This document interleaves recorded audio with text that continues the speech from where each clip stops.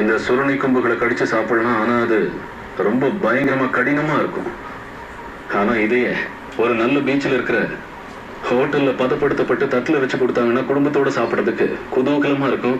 ஆனா உயிர் பிழைச்சிருக்கணும்னா இது இப்படிதான் சாப்பிட்டாங்க. இன்னும் பிடிச்சுக்கிட்டே தான் இருக்கு.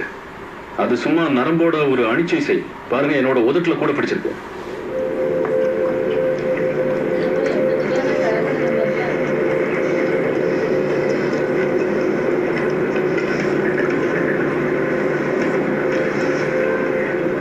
இதுல என்ன பிரச்சனைனா இந்த உறிஞ்சிகள் தொண்டையில பிடிச்சுக்கும்.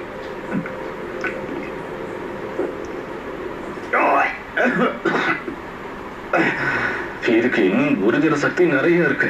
அதனாலதான் இன்னும் என்னோட உணவு குழாயில பிடிச்சுக்கிட்டு இருக்கு. ஆனா இது கிடைச்சது நல்லதுதான். குடல் எல்லாம் எடுத்து போட்டுறணும். ஏன்னா இந்த தலையோட பாகம்தான் சாப்பிடுறதுக்கு ரொம்ப நல்லா இருக்கும். பச்சையான ஆக்டோபஸ் அதிக ஊட்டச்சத்து நிறைந்தது. ஆனால் அதை பிடித்தவுடன் சாப்பிட வேண்டியது முக்கியம்.